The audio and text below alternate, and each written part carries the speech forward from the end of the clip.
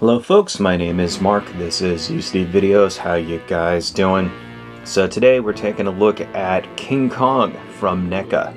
So what it is that there were several different versions of this figure that NECA put out. Same that they did with like Godzilla, so there's one that's sort of painted up in the original like movie poster colors, and there's one that has brown, fur on it and different accessories, and one that comes with an airplane, stuff like that. So the one I bought is the Skull Island King Kong. This is from the original 1933 Kong, that's the idea.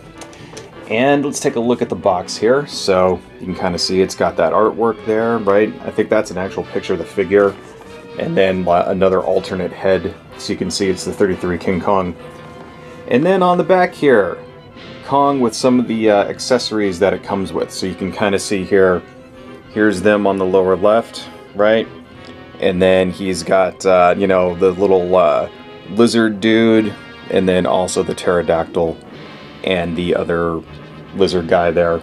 So that's why I bought this one. The reason why I bought this one is for those two accessories, the pterodactyl and the two-legged lizard. Like all NECA figures, it comes with this sort of like open window thing, so you can kind of see there's some glare on the camera. So you can see he's got sort of like a brownish wash over him. He's got some alternative heads that come with it, try to get rid of some of that glare, right? And it comes with a big tree stump and some other things in the background, so. And that's really cool. So that's the cool thing about NECA, is that they always like have the packaging in such a collector-friendly way, so that, if you want to keep it in the box or whatever, it'll display very nice, right?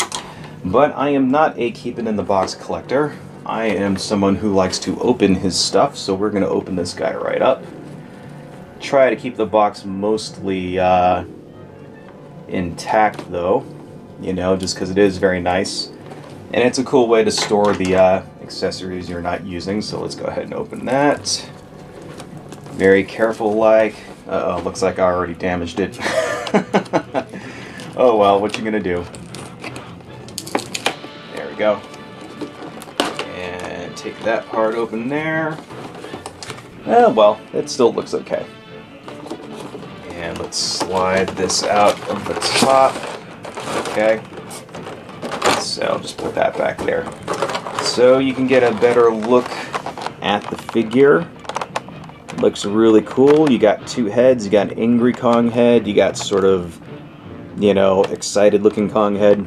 He has lots of scratches and stuff all over him. You can see he comes with a big log looking thing. Hands, feet looking pretty cool. And then there is this other, oh wow, this is taped together too. Okay, we're gonna have to cut that. Alright. And up. There we go. Comes with some other accessories as well, so you can see there's the pterodactyl thing. You know what, let's take that top part off, so that way we can actually see it in the camera. Oh, all the hands and stuff just fell right out. But that's okay. Extra hands and things, so let's take a look at some of these things here. Actually, you know what, let's pull out the Kong figure first. Right, let's finish unboxing this part, and then we'll look at the other stuff. So, tied on with some very long twisty ties. This might take a moment to undo. Let's just cut them. Alright. So, if you are one of the few people out there who actually haven't seen the original 1933 King Kong, it is actually very good for its time. And although, it is very much dated at this point, like, keep in mind when it was made. That movie is 90 years old at this point now, and I think personally it's kind of amazing what they were able to do back then with the limited resources they had, Like, you gotta remember, like, all of this stuff that we take for granted today, the special effects and everything, none of that stuff existed back then, They had to invent a lot of these things, right? I mean, there was stop motion before this, right? In fact, the stop motion guy, Willis O'Brien, was like the innovator when it came to this kind of stuff. But he had to invent a lot of these techniques that, you know, have been just perfected over the years. Wow, look at that figure. Damn, that thing is, first off, it's huge. It's really big. I think this is at least 7 inches, right? And it's wow, it's really stiff too. It's very big, very stiff. It's hard. Hard. Big, hard, and long. Anyway. But let's see, we've got his head, moves around like that, pretty cool. Have shoulder articulation, looks like it spins at the shoulder as well. These are very tight, it's gonna take some, you're gonna have to work them. You've got a double jointed elbow, that's cool. Also moves at the hands, you have waist there. And then same with his legs. Legs go that way, a double jointed knee, and then also feet. So you can get some pretty awesome,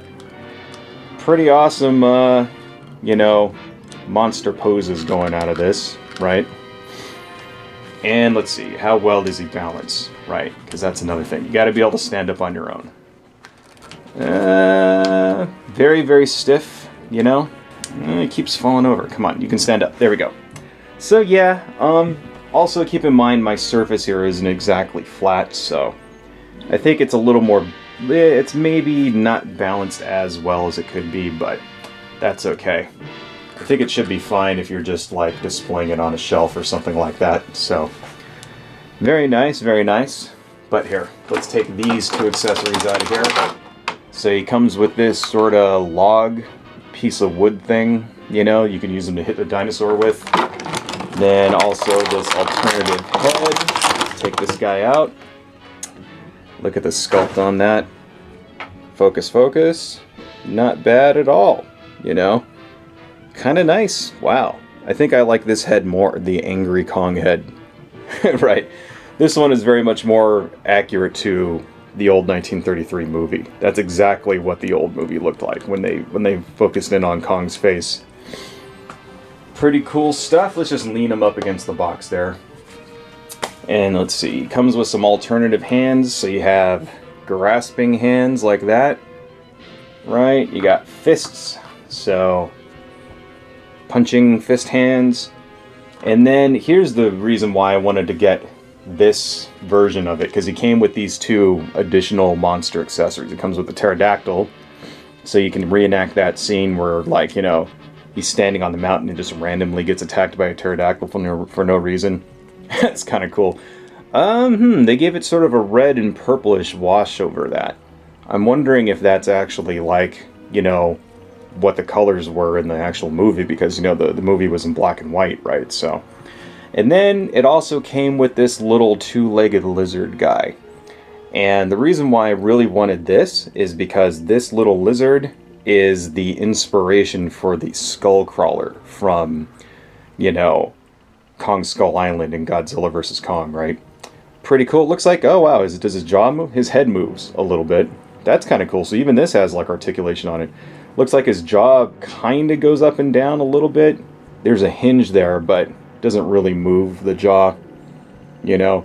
But still, that's actually kind of nice that they actually give it its head some articulation. Pretty cool stuff, man. Pretty cool. So let's swap out that head there. And this is like, I always don't like doing this, but oh wow, his jaw moves too. Okay. That's kind of cool. Right on. That looks just like the old movie.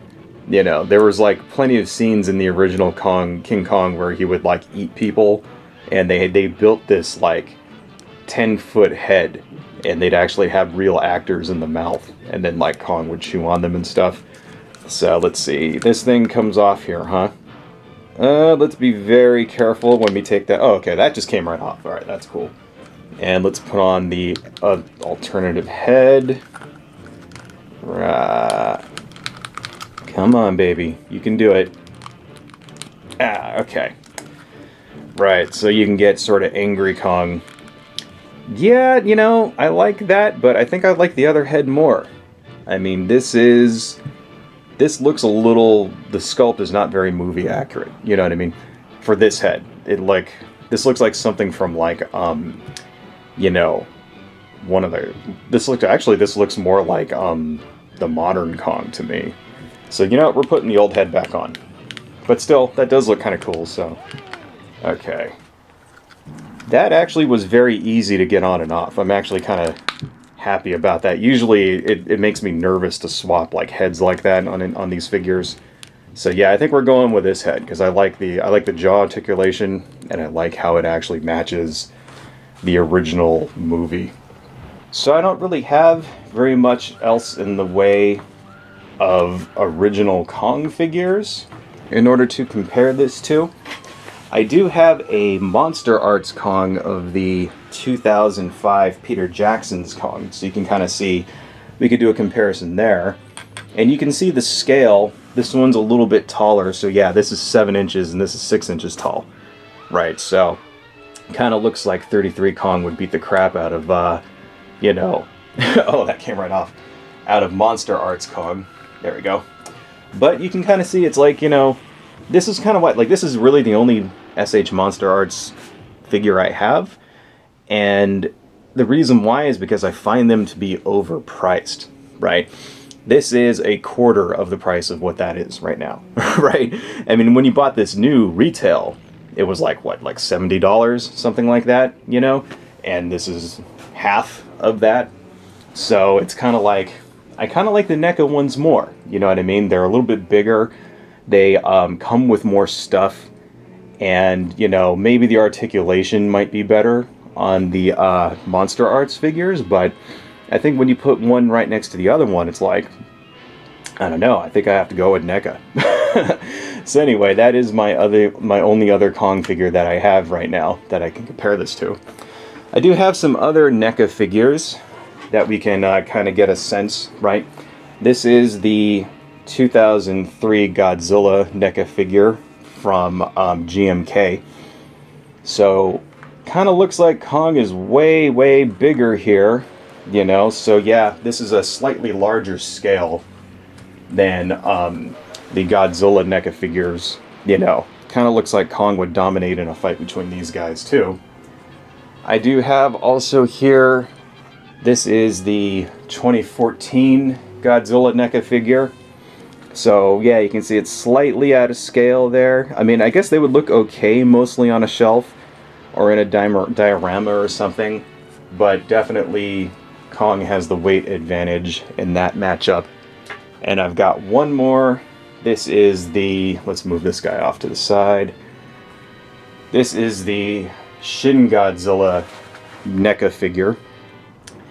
And yeah, even here, it's like, you can really tell the difference in scale is, you know, a little disappointing, you know, because me personally, when I buy kaiju figures in particular, you know, especially when it comes to just specifically kaiju figures, I like them to be within the same scale because they look better on a shelf next to each other when they're all roughly the same size.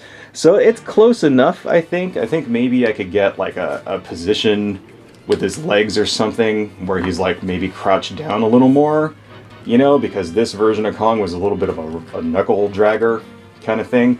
Maybe it might look a little bit better if I do something like that, you know what I mean? But still, it would have been nice to get it, you know, in a 6-inch scale instead of 7-inch. But hey, you know, I think for what we're getting, it's actually really cool, you know. So, very happy about it still. And I very much wanted that one just so that I could get these little pterodactyl dudes and this little lizard guy, right? Because you don't really see toys of stuff like that, you know what I mean? And it's really awesome to get accessories like that. So, in my opinion, I don't know. Still, I'm still very much happy with this purchase, and I don't know, man. I hope one day that I hope they make one of these of Toho Kong. That would be really cool. If they had like a NECA figure but just with like the Toho version of King Kong, maybe with some like lightning accessories or something, that would be pretty awesome. Anyway, folks, that's all I got. Adios.